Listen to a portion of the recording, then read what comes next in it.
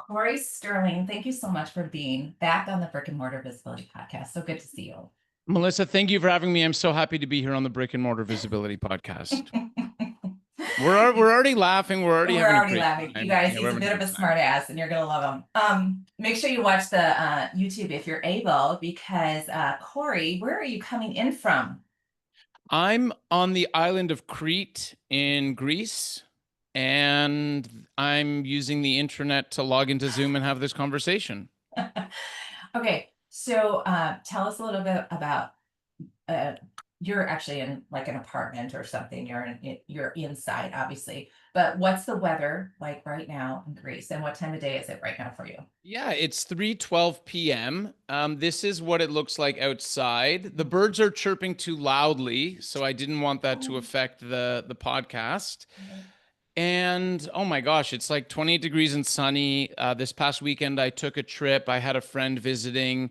We went to this little village in South Crete, and we went to like a little festival, and we ate some local foods, and we danced. And then on the way back, we stopped in another village to eat at like this small local taverna restaurant where the grandmother cooks all the food, and it was more delicious than I could have hoped. Oh, So, wow. yeah, a Wow. lot of taverna here. That's a big thing in Greece, taverna. Okay, and what is that for us? It's a tavern. Like they Okay. don't call them restaurants when they're more Oh, like countryside, cozy type of eating establishments. They call them tavernas. okay. Okay. Okay. Yeah. Oh, okay. So Cory is back on the podcast, and the reason I wanted to have Cory back on, first of all, he's very fun, but he's a lawyer, you all, and he's not your typical lawyer. He specializes, meaning suit and tie guy. You, if you see him on YouTube here, he's got a ball cap on, he's got his muscle shirt on, and he just being Jennifer, and he does law though, heart-centered law, right, for studio owners specializing in those studio owners, yoga studios, fitness studios, and whatever. So he is really, that's his niche and he's really good at it. So before we dive into that though, the last time you were on the podcast, I spoke to you and you were in Canada. And Cory is very inspiring to me as somebody who is constantly thinking about my vision and where I want to go and how I want to get, not necessarily how you want to get there, but I know where I want to go. And I want you just to speak about how you created this life where you're traveling all the time. Every time I see you, you're in a different space. Thank you very much for the kind words, Melissa. It's really sweet of you, in a very sincere way. And in terms of creating this life, the first thing that I'll say is there's two most important things. The first is that in order to create your dream life, you have to have clarity on what that looks like. So, what I'm doing now is something that I knew for a lot of years that I always wanted to do. Before I became a lawyer, before I started working as a lawyer for boutique fitness studios and working in the health and wellness space, I loved travel. And the feeling that always was the saddest feeling for me was when a trip was ending, and I Mm. never wanted a trip to end. So I reversed engineered my life, and I just thought, like, what could my life look like if the trip never ended? And that's sort of, I mean, it's going to end at some point. But that was just something that was really, really important to me. So I thought, and I said, okay, what can I do if my trip never ends? And so I should offer services that I can only do online, and I should work with heart leading people, and I should, law is such a vast area of different practice areas. I just want to do one specific thing and be the best in the world at it. And for me, that was setting up health and wellness boutique fitness studio owners to be legally protected and confident and secure. And so I only focus in one area. We draft 5 types of agreements. Like as a lawyer, you could draft 2,000 types of agreements. Yeah. I do 5 things. I do them really well. I work with the same clients who all have the same problems. And over 8 years of doing this, I've had a lot of experiences of seeing what legal issues a studio owner will go through, resolving those problems, going through the problem, resolving the problem, and just keep going. So the first answer is that it was an authentic vision for me of deciding who I wanted to work with. So very briefly, I used to be a group fitness instructor. I was a yoga festival owner. I loved exercise and teaching spin and teaching yoga. I'm a yoga teacher, I'm a Pilates teacher. So all of these things are very natural for me. So I knew I wanted to work with awesome people. I knew I wanted to only do one specific thing.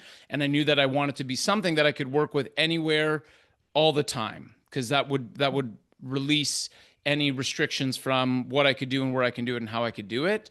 And the second thing is that, and this is for everyone who's listening, that nobody gave it to me. And not only did nobody give it to me, nobody thought that I could do it when I started doing it. And my favorite memory of this was when I lived in a big city and I played on a soccer team with all lawyers. So just everyone close your eyes and imagine the most fun you could have being on a competitive sports team with like all these alpha male lawyers who are everyone's right about every. I was just like, whoa, I'm not these people. This is not, I'm not doing this. But I told them when I had the idea, I was like, hey, I'm gonna work with yoga studios and I'm gonna travel around the world and be a lawyer. Not one. There wasn't one person who was like, good idea, that'll work.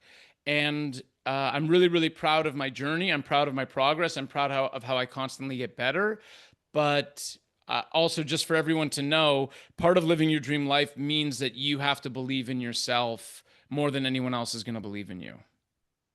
Amen. Mm, absolutely. I love that. Thank you. Uh, you guys, tears in my eyes because it's so true. It's so true. I'm going through some fun things right now, and my closest people are like, this doesn't make sense. Why are you doing this? And it's so scary because I you don't have necessarily that support, but that's not what you need. You need to know inside what's right for you and go for it. And I like that you said that you worked for it too. You did. So I want to Yeah. dive into the 5 agreements that you specialize in. What are they? Yeah. So the how the legal practice has formed. So I've been doing this for 8 years. This past year, we won an award for Health and Wellness Law Firm of the Year. In 2024, we won an award for Law Fitness Lawyers of the Year. So it's all about practical solutions and just giving people the basic things of what they need to be protected and making it as easy and simple for them as possible. So, how I teach a lot of my clients is you want to think about the law as being a series of relationships. So, you have a relationship with your clients, you have a relationship with your team, you have a relationship online, you have a relationship with your landlord because you're a brick and mortar studio. And for the goal in each relationship, from a very simple sense, is to communicate expectations openly and honestly. And we can talk about legislation and government and courts all you want in a really practical sense. If you and someone you're working with have a piece of paper where you outline what you expect from each other and what happens if someone breaks those expectations, you're in a position to succeed. You're already doing 90% of what the work is.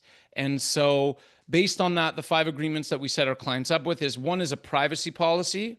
This is about the rules of how you keep and store and collect and use and share personal information, right? So now everything's done online through an app. People are putting the information in. You're facilitating the transfer of sensitive information. And even if it's like credit card information, personal address, phone number, first name, last name, email, the law has all of these rules that you have to follow. So privacy policy is one of them. The second is a waiver of liability. The waiver of liability is the document that says someone is agreeing to participate at a class in your studio. In exchange for you allowing them to participate, they agree not to hold you responsible if they get injured or suffer damages. But that document will only be good to the extent that it specifically outlines what equipment you use, what activities you're doing, where you're doing the activities, what happens if something goes wrong, the type of injuries that someone could sustain if that happens, how those injuries could impact their life. And with the waiver, it has to be super, super clear about what the risks are and what you're doing. Do you have a question on that? No, No? I'm just thinking. Okay, cool. The third agreement would either be an independent contractor or employee agreement for your team. Really, really big area of law. Things that always come up are A, am I making the right classification? Like, are they even allowed to be contractors based on the state that I'm in? Second question, can I put in things like a non-compete or a non-solicitation? And how does that work? And then 3, just behavioral expectations of what someone's doing, what they're not doing, showing up on time, selling this, not selling that, overstepping boundaries, super, super clear on what it is. And then obviously, if you call them an employee, it's much easier because you have full control over the services. If they're an independent contractor, there's all these legal tests that you have to satisfy so that they are actually, in fact, an independent contractor. The fourth agreement would be a studio membership agreement. This is the agreement that you have with all of your clients. There's these new set of rules that came into effect this year called the click to cancel rules. So anytime you have recurring membership payments, there's all these legal things that you need to include. But then also for the membership, what's included, when are they paying, how can you fire your clients? Like, how can you fire your clients is a really, really big one in a studio, because a lot of people misbehave and do things that make other people feel uncomfortable, and make things that the instructors feel uncomfortable, or whatever it is that they're doing. It's just, look, we're having you at the studio. Welcome. We love you. This is everything that you need to know. And in the event that we don't want you to come anymore because you broke this, it's very easy for us to be able to communicate that. And then the fifth agreement would be a media release and a social media disclaimer. So we put them as one. A media release allows you to use the photos and images you take of your staff and of your community. So you're doing an event or you're taking pictures of classes or people are there. Legally, you have to get their permission and ownership over the materials to use it. And then a social media disclaimer protects you for whatever it is you talk about and do on social media, or that you're showing or leading or facilitating, to keep your butt covered in that arena. So if everyone is still awake, we've made it through the five agreements. Yeah, wow. Okay, so as this, when do you recommend, is this a one and done type thing, or do we need to revisit these, every couple of years or so? Definitely, you'll need to revisit them. There's two instances that will arise when you need to revisit the agreements. The first is if the laws change. So as an example, click to cancel laws came into effect this year. Now there's all of these legal requirements for any recurring membership payment that not everyone knows about. Like, I get how if you're a studio owner, you don't think about this because you're not a lawyer, you're a studio owner. But that being said, I've had clients who've had a lot of issues by not following click to cancel and had to refund a lot of money from recurring payments, which is an issue. So the first is if the laws change, with click to cancel being an example. The second is if your relationship changes. So as an example, let's say I start off as a yoga studio and a hot yoga studio, but now I'm doing Pilates and I'm also doing hot Pilates. I would need to update the waiver of liability. I would need to update the studio membership agreement. And those would be to reflect the current relationships that I have. So if you're doing a pricing change, if you're doing a policy change for your staff, if you're starting to offer new services or new equipment, whatever it is, your agreements, your contracts should reflect the relationship that you have with whoever the relationship is with. Okay. As a seasoned studio owner, where do you see the places that we're missing? The first thing, and I haven't talked about trademarks, but trademarks usually is one really, really sensitive area that probably most of the putting out fires that I have to do come from trademarks. And that's just because a lot of people don't know that you're supposed to register, or that there are a lot of benefits to registering. So in super plain English, you've got an awesome studio name and you want to protect it. And when you register it for a trademark, you're able to protect it so that you are the only one who's allowed to use it, and that no one else can register with that name. One of the biggest problems that I see come up for a seasoned studio owner would be something along the lines of having a studio being open for 7 years, like being amazing, never registering a trademark. Another studio in another part of the country opens up. They open up, they register the trademark right away. They send you a cease and desist letter that you have to stop using your studio name. And like I go through that quite a bit with clients. So that's why whenever I have a platform like this, I'm happy to say, like, hey, this is something that I would really recommend. And then I think just the biggest issue that a seasoned studio owner would come up with is that they don't have industry specific agreements and they didn't do things properly from the start. And then they just are sort of going on in their business.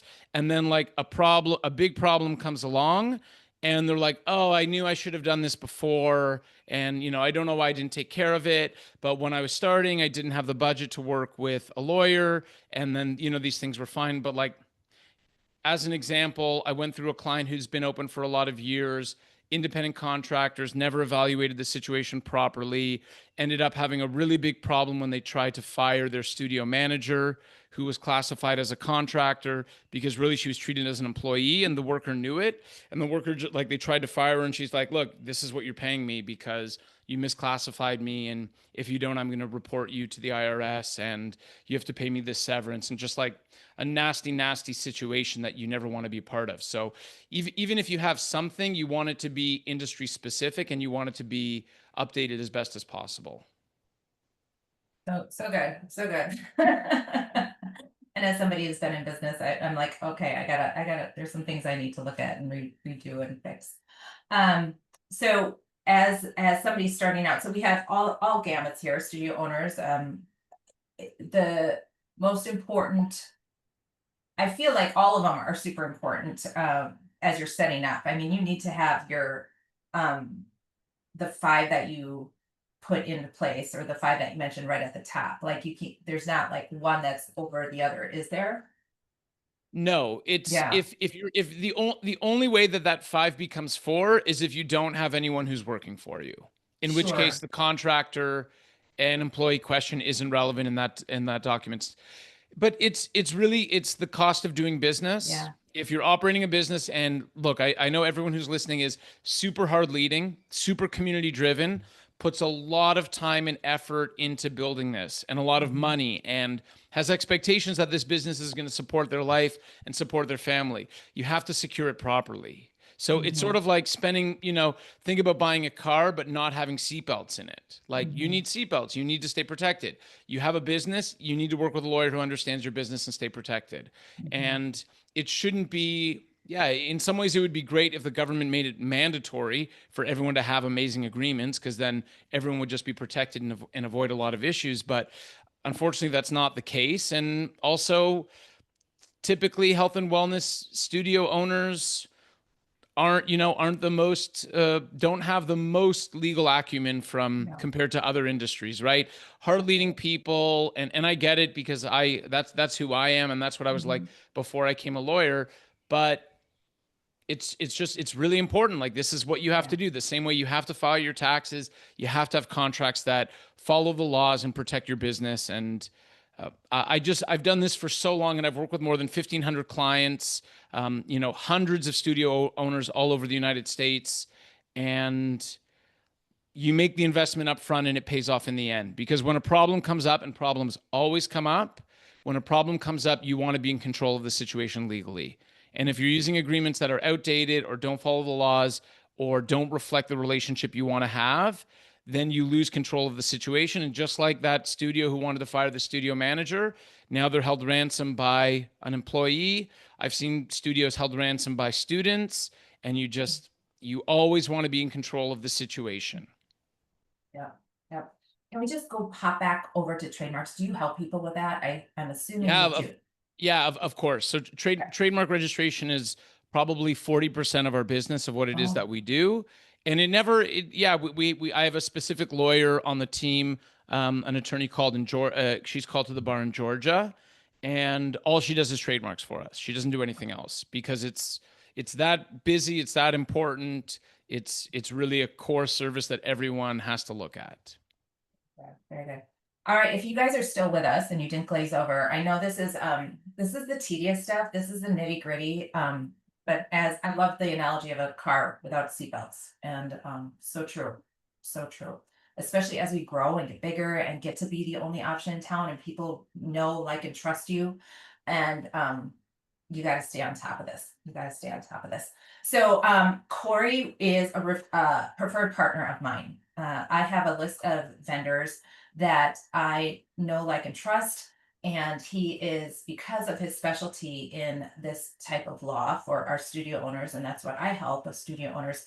And I'm not a lawyer. I want to refer the best that I know. So Cory is a preferred partner. So if you reach out to Cory, make sure you tell him that you heard about him through the Brick and Mortar Visibility podcast, and or click on my referral partners, and his information is there too, and that'll set you right up to a landing page of his. I want to just transfer over now into a little bit of marketing. Cory has a very good Google business profile presence with amazing reviews. How many reviews do you have, Cory? We're at 433, but who's counting? But who's counting exactly? So, as somebody who tells everybody to make sure they're updating their Google business profile weekly, I want to just talk a little bit about that. How are you getting such amazing? The number is awesome. So, how are you? Can you talk to us a little bit about your process? How you're getting them consistently? I'll be happy to. And I'm also so happy to have this conversation, Melissa. So thanks for asking about it. Because as you can tell, the reason why Google reviews are so important to me is even before I started my business, I just noticed how many decisions I would make based on Google reviews. And I'm like, okay, cool. If I'm making all of these decisions like this, probably someone else is also. And if I saw a business that had 435-star reviews, I would have no hesitation whatsoever about giving them my business. And that's and that's what I want to show to the world. Like, hey, we're 100% confident we're going to get you a perfect result every time. So it is very, very important. And I'll just say a couple of things before I talk about the process of how we do it. The first is like having goals. So I set Google review goals just like I would set revenue goals, just as I Mhm. set profit goals, just as I set any form of goals. So as an example, right now we're at 432. The goal by the end of Q2 of this year is 450, and the end of the year we're going for 500. The rule always is like they have to be 5 stars, and this is the truth. If I get to 499 5-star or I get to 493, I'll be okay. It's not like it's a goal, but it's not the end of the world. But it's Yeah. really, really important that all of them are 5 stars. Secondly, why it's such an important metric to have is because this is what gauges how people feel about your business. And like, as long as a business owner, if you are dialed in and present and attuned to how people feel about working with you in your business, and you really, really care that people have an amazing, perfect experience working with you every time, that will just automatically raise the level of everything that you do. Because Yeah, in the it's event true. in the event that in the process someone's not happy, I would get on a call. Hey, what happened? Where did we break down? How can I be better for you? And one thing, and I travel the world. I travel the world. One thing I love about the United States, whenever I'm in the United States, and I go to a restaurant, the service and the way that service and waiters and waitresses speak to you in the United States is unlike anywhere else. And I'm in the United States and I just have my phone and I just write notes. Because what they'll do is they'll come over to you, you'll order, they'll check in to make sure everything's fine. They're going to let you know how long it's going to take. Then the food comes. Then they say, is there, how are your first couple of bites? Is there anything else that I can do? And the answer, as I'm saying this, it's like communication is the word, right? Communication is how you're going to get 5-star Google reviews, by being in communication with your clients, checking in with them. And look, I'll be honest with you, not the process for me working with my clients, not every time was perfect every single step of the way. But anytime an issue comes up, if there's any semblance of frustration or disappointment or anger, the first thing I do is I call the person. Hey, what's up? This is Cory from Conscious Counsel. I understand that there might be a miscommunication. What can I do to support you? How can I help you? How can I make this better? How can we make this perfect? And so as long as you communicate with your clients and you give them opportunities to let you know, and you're proactive about communicating with them, they're going to have an amazing experience. If you're committed to it and you have a culture in your team and your team understands that your service first. I'm always reading books about this. The last book I read is called Unreasonable Hospitality, about a restaurant owner in New York City and how he had the goal of becoming the #1 restaurant in the world. Have you read it? Have you read that book? No, but I'm writing it down. Oh man. So, and it's just you see how the one thing that this business focused on more than anything else was hospitality, how to make people feel comfortable, how to be so hyper conscious and considerate for what their needs were and making it about them, that's what propelled them, amongst other things, obviously a lot of hard work, to be the number one restaurant in the world.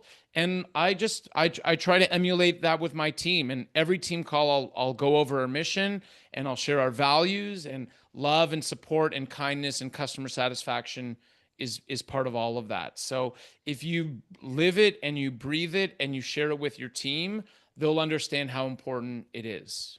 If that makes sense. Yeah, absolutely, absolutely. Um, I I, want to I share I want to share one more thing about Google reviews. absolutely. If it's okay. There is one trick that I'll share with everyone, and this is like, I've never talked about this publicly, but there is a trick for the Google Yeah. reviews. And the trick is called, you have to strike when the iron is hot. Yes. And Okay. so what I've learned about Google reviews is, a lot of it's crazy because a lot of the times I'll have someone sign up for 5 documents, work with us, I'll ask them for a Google review. They will, and I know that they're completely set. I know that it's not a question of anything else. I know they're completely satisfied. Don't leave a review, don't leave a review. 5 days later, hey Cory, I also need a trademark and I'm referring you to my friend and this. And then I'm like, okay, cool. Obviously you had an amazing time, but like, what happened, what happened to the Google review? Like, obviously you love me enough to come back to me and share our business with someone else. And so there is an art to figuring out at what point in the process to ask for a Google review. And it's like, it can't be too early because people have to go through enough of the process to know what the experience of working with you is like. And it can't be too late because it's like, we get people's attention span for a millisecond. Very, very little time are people thinking about you and your business. You think you're a studio owner that they're thinking all day. They're dropping the kids off to school, like on their phone, like just clicking, like sign up for class. They show up. They're like stressed about getting there on time. They have an amazing experience. They get into the car. They've got messages from the family, from the kids. They got to pick up dinner. They got to cook. They got whatever's going on. Like no one cares about you. No one cares about you. Everyone's in their own life. They're doing their own thing. But there is a very small window when you do have people's attention and when people are really, really satisfied. So, as an example, one time that I'll always ask is, sometimes I'll lead a question with people. So I'll check in with someone if I know that we're close to the end. Hey, we're getting ready to wrap up the process. Was everything perfect? Is there anything that I can do to make things better? If they reply in a short window, no, everything's awesome, I'll let you know. Amazing. If you have 10 seconds to leave a review, it would mean a lot to us. Like that's one time I'll like condition them with a question to be like, hey, is everything great? They'll Mhm. mirror back to me that everything's perfect. Then I'll ask for the review. And then also, anytime you go above and beyond and do something that like you don't really have to do or that you shouldn't do, like think about giving someone an extra towel at the studio, right? You charge for towels $3, they don't have money, they don't come in. Hey, I'm happy to give you this towel. Like if you have 5 seconds, could you leave us a Google review? Yeah, sure. Like in that moment, it's quid pro quo. It's something for something. They're gonna leave you a review in that moment, and it's genuine. You're doing something great. You deserve to be recognized, and it's a little bit more of the game of how to get like just finding the right moment to ask. Mhm. Mhm. Do you find I'm gonna we're a top rated studio, like we have hundreds more Google reviews than the competition. Uh, do you find that it's maybe a little harder as you get more Google reviews? People are like, you have so many already. Why? Absolutely not. Okay. Absolutely not. People should love giving you reviews because they love working with you, and it should Okay. be a pleasure for them. And you just get as many, just like it's like rain. Like we Yeah. love rain. We always love rain. I'll never complain about rain. I'll never complain about money. The soil needs rain. The plants need rain. Anytime money's coming in, it's a good thing. Yeah. Google reviews are like Yes. rain, and they're like money. You just amazing, and I'll share a couple of other just thoughts that come to the top of my mind. One is that I'll often make it about the team and not about me. Yes. So if I'm speaking with someone, I'll say something like, hey, if you've enjoyed working together, I know Tracy really worked, went above and beyond to do everything to support you. If you have 10 seconds to acknowledge her, it really means the most to them. We have monthly meetings, we do evaluations, we read the reviews out. She gets so happy whenever we do, like whatever you have to say. And all of this is predicated by the point that people had an amazing experience working with you. So I'm not even talking about that. Now we're talking about people love Right. your studio, you're top rated, they had an amazing experience, and now it's just a game to get the review. It's Yes. it's you I'm not I've never tricked anyone, I've never told anyone what to say, I've never forced anyone, but it's just like persuasion. It's persuasive Mhm. behavior to find to be tactical about how you get people to do that. So I would say that it's never happened to me like, oh, you have so many reviews, why do you need one more? No, not Um, no. Nobody's ever said that, but I am feeling, and thank you for just squashing that belief. But like I feel like it's a little harder for me to get them, and that's just a mind thing for me. So that's a story, and you can just it's for you, it's going to be your staff. It's yeah. just it's training and teaching your staff. You have a team meeting, you're like, hey guys, our goal for the month of June is to get 30 reviews, so 31 review a day. Hmm. You print a QR code, you put it at the Hmm. front desk, leave us a review. You have a script. Let's say you have employees, so you can give them a script. That you have a Hmm. script for onboarding, for a trial, like anyone's coming in for a 10-day trial. After the first class, hey, did you like your class? Would you feel comfortable leaving a review? And again, as long as you're offering good services and it's Yeah. coming from a good place, people will be really happy to support you. Yeah. Awesome. Thank you for that. All right, guys. Pledge. Today was awesome. I knew it would be. I saw your name on the calendar and I was like, ooh, today is going to be a great day. It's going to be a great day, even if I don't see Cory. But I got to see Cory, so it's a great, great day. And my day is we are at 7:41 a.m. here in Hudson, Wisconsin. And you are ending your day in Greece. My day's getting started. I work. So part of the things about traveling is that you work. This is the first thing that Oh, I've done for work all day at 3:42 p.m. But it's lovely. sure. But it's Okay. really nice. And I just want to thank you. And you've actually, this has been the best part of my day so far. So thanks for energetically putting me on track. Absolutely, absolutely. So good to see you. Thank you so much for sharing with us your gifts and the world your gifts. And I'm so excited to hear and learn where you are off to next. Where are you going next after Greece here? Remind me. I'm You going told to me at the top. Malta. I'm going to Malta in a couple of days, and then also just a heads up. And Melissa, we spoke about this before, but I'll Yes. remind everyone we've got a link for a free consult for anyone who listens to the podcast. Mhm. So listen to the podcast in the show notes. We're going to give Melissa a link. It's going to get posted. Book a call with someone from our team. If you want to chat to me, be like, hey, I want to chat with Cory, and I'll be so happy to make time for you and see what we can do to get you protected so that you can keep living your Awesome. dream and growing and building and being amazing and not having to worry about the boring stuff and just let us take care of it because we're so good at it. Awesome. Awesome. Thank you so much, Cory. And everybody else, I hope you gathered some wisdom here. We talked from mindset to legal documents to getting those Google reviews. What an awesome podcast. Well done, Cory. Thank you for having me. Yeah, I'm stoked on that. Awesome. Awesome. All right, everybody. Have a great week. We will see you here same time, same place next week. Peace. Bye bye.